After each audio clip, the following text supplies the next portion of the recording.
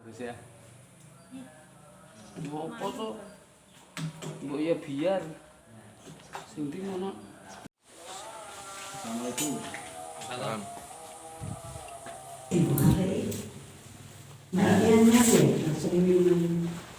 Ini ibaratnya dibalik sebenarnya ini kemuncak. Kemuncak ini atau Ratna bukan hampir sama dengan komplek Candi Keempat Gedong Songo. Motifnya pahatannya sama. Cuma ini dibalik. Nah, cara pemasangan candi ya seperti ini. Ada penguncinya, terus ada tongkolannya yang dimasukin. Bisa dibongkar, bisa dipasang, nggak pasang. Terus ini batuan-batuan panas. Cuma dimanfaatkan untuk nisan.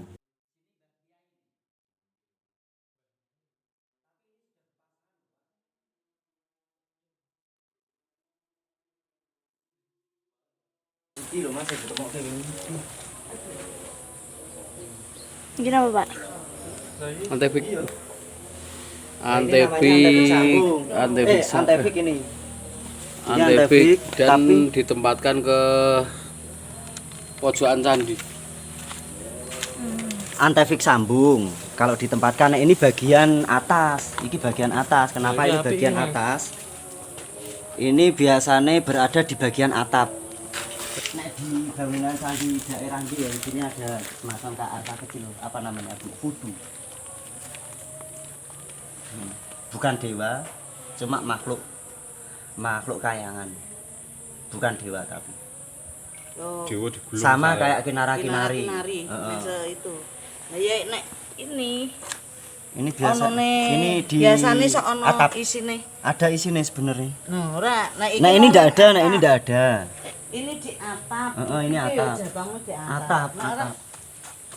Tangga tuh selasar. Kan biasanya ono rem. Nek selasar kecil Bu, tidak sebesar ini. Ini gede lho iki. Iya itu besar. Terus ini, lagi loh nak yang paling bagus nak. Ini antefik segitiga namanya. Antefik segitiga. Nah ukiran seperti ini bisa kita lihat atau kita buktikan di bangunan candi Gedong Songo yang komplek pertama. Kalau dari bawah, nih. Nah. Oke. Ini langgam bayar ini. Aku ora ngemati iki. Iki apa Mas?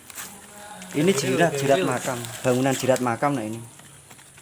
Iki kaya sing nang Sama yang seperti tadi yang di dalam menjadikan nisan tadi kan ada batuan kotak terus ada lubang tengah kotak juga. Nah, Lagam Bayat era 1800-an dengan ciri khas seperti ini ya. Batu putih cadas ini. Emang nek kering warnanya kok ngene? Rombyong jenenge? Rombyong. Nah, Beda toh Pak. Ini kering ya. dengan suhu yang sama. Nah, dimaksud dengan Lagam Bayat ciri khas dengan rombyongnya. Rombyong ini apa Pak? Rombyong itu yo pahatan-pahatan tradisi Bayat.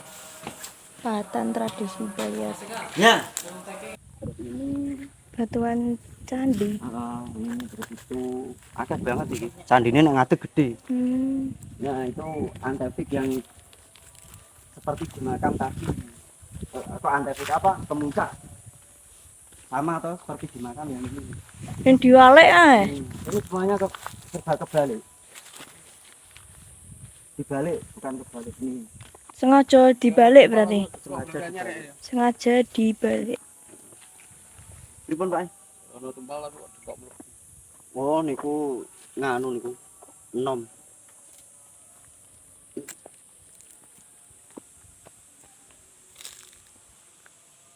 Di bagian atap itu kan ada apa ya? Ngetrap semacam punden berunda. Nah, yang besar itu mungkin bagian bawah. Terus ini yang kedua, terus nanti ada yang lebih besar lagi. Cuma satu tok yang dijadikan sumbu utamane bangunan tersebut. Yang paling tinggi. Ini bagian dari kemuncak. Ini bukan bagian, memang ini kemuncak. Cuma bertempat di atap atau sparloka.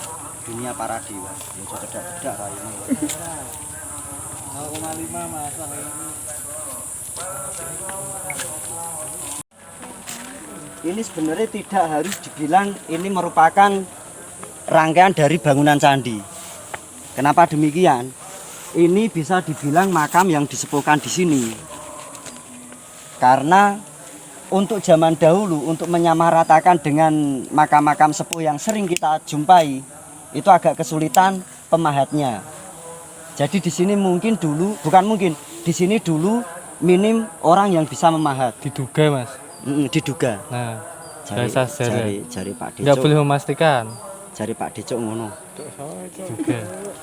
Nah, Makam sepuh gitu. sepuh yang makame kita lihat dari posturnya sebelah sana dulu, Pak. Walaupun bangunannya sama, biasanya yang lebih sepuh yang di sana. Karena Urut-urutannya seperti itu. Pertama. Karena orang yang dituakan atau orang yang disepuhkan, mungkin beliau punya jabatan dalam sistem pemerintahan atau kerajaan. Biasanya yang disepuhkan di sana dulu. Baru turun ke bawah ini. Oh, di paling tinggi. Mm-mm. Berarti rak mesti pas sisi utara nih Mas ya. Iya. Tergantung posisi. Ya tergantung kontur tanah ini. Kontur tanah ini berbukit ya yang paling atas itu yang sepuh. Landai? Hah? Landai. Nek landai ya tetap yang di sana yang paling sepuh. Nah, waktu tadinya setek Bang. Kamu tak? Watu candine itu. Tak tahu. Hmm. Wah, itu kita berada di mana yuk? raderane akeh lho. Salam DS, cah DS kok. Oke, ya. Nah, keberadaan kita hari ini berada di desa Banyu Kuning, lebih tepatnya di desa Kerajaan, Dusun Kerajaan, di mana Dusun Kerajaan atau nama kerajaan itu identik dengan keberadaan situs, tinggalan Hindu Buddha. Kita bisa membuktikan situs tersebut ya di desa ini. Tadi kita sudah eksplor lokasi atau makam sini. Ada Antefik, ada Ratna atau Kemunca yang dijadikan atau alih fungsi menjadi nisan makam. Dan kenapa demikian? Kemungkinan dengan cara seperti itu warga sini melindungi situs-situs tinggalan nenek moyang kita dahulu. Nah, di sini juga kita bisa menduga situs di atas situs, karena ada situs yang dahulu terus ditumpangi dengan situs yang era setelahnya. Contohnya seperti bangunan masjid kuning, bangunan masjid yang konon katanya tinggalan dari Mbah Nyai atau Mbah Wali Nyai Kuning, seperti itu.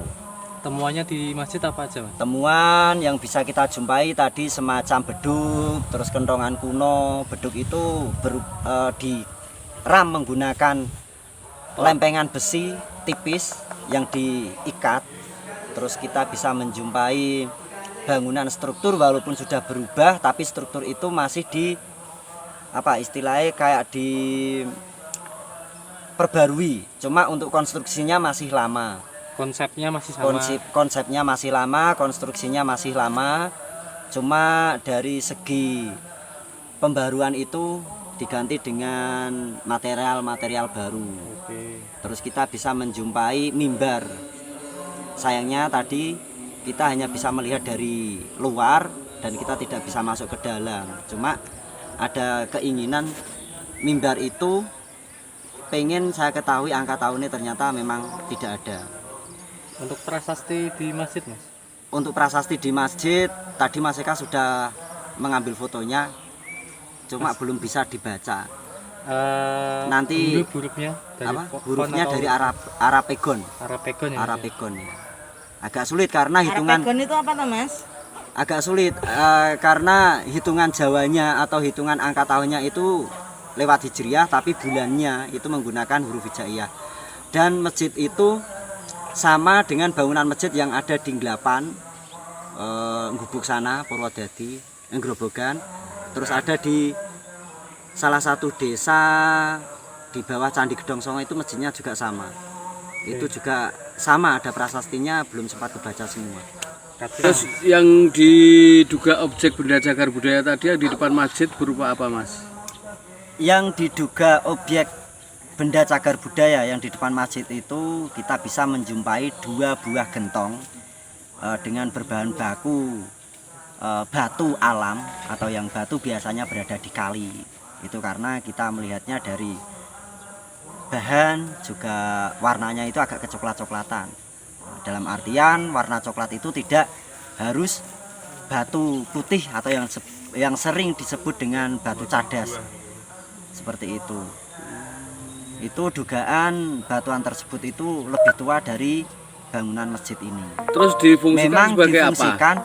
Memang difungsikan untuk apa ya? Tempat sesuci atau gentong untuk sesuci ya, semacam kita wudhu dan sebagainya seperti itu. Nah untuk tadi ada lubang itu Mas. Lah ya itu kalau itu lubang baru, memang difungsikan oleh generasi berikutnya. Oke, ada pertanyaan lagi dari lubang baru mau aslinya bambat. Lubang sing cilik As. Ya. Menurut Mas Eka ada kaitannya dengan bangunan suci yang lain Mundur situ ya? sama di sini. Mundur apa Atau mungkin seera atau Kaitan dari Gedong Songo, dugaan saya tetap ada kaitannya karena ini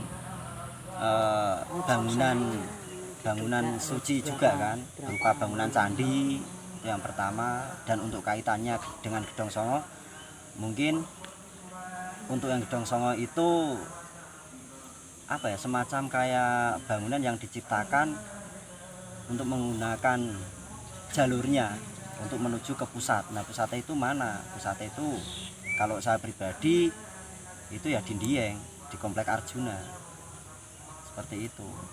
Terus kalau dibangun era tahun berapa sampai sekarang Gedong Songo pun belum ada jawabannya, karena untuk prasasti atau inskripsi yang menentukan angka tahun atau prasasti yang menyatakan bangunan ini dipersembahkan untuk siapa, terus dibangun masa pemerintahan siapa, pada tahun berapa, belum diketahui sampai sekarang.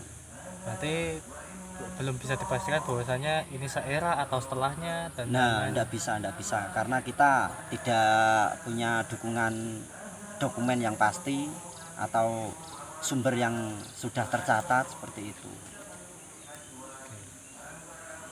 Setelah ini masih ada lagi situs-situs selanjutnya Mas, ataupun mungkin di dekat atau masih sekitaran sini? Kalau di sekitaran sini sebenarnya kita masih bisa untuk menjangkau situs lagi. Cuma ya sama dengan yang di sini, di belakang masjid Desa Banyu Kuning ini. Namanya tempat itu Beroan. Di situ ditemukan, nanti kita bisa melihat sebaran batuan candi yang sudah tertata maupun yang dijadikan jirat makam, juga dijadikan nisan makam sesepuh tersebut, yaitu Mbah Wali Kuning atau Nyai Wali Kuning. Kok sampean bisa tahu? Cah DS kok. Kudu ana konoke.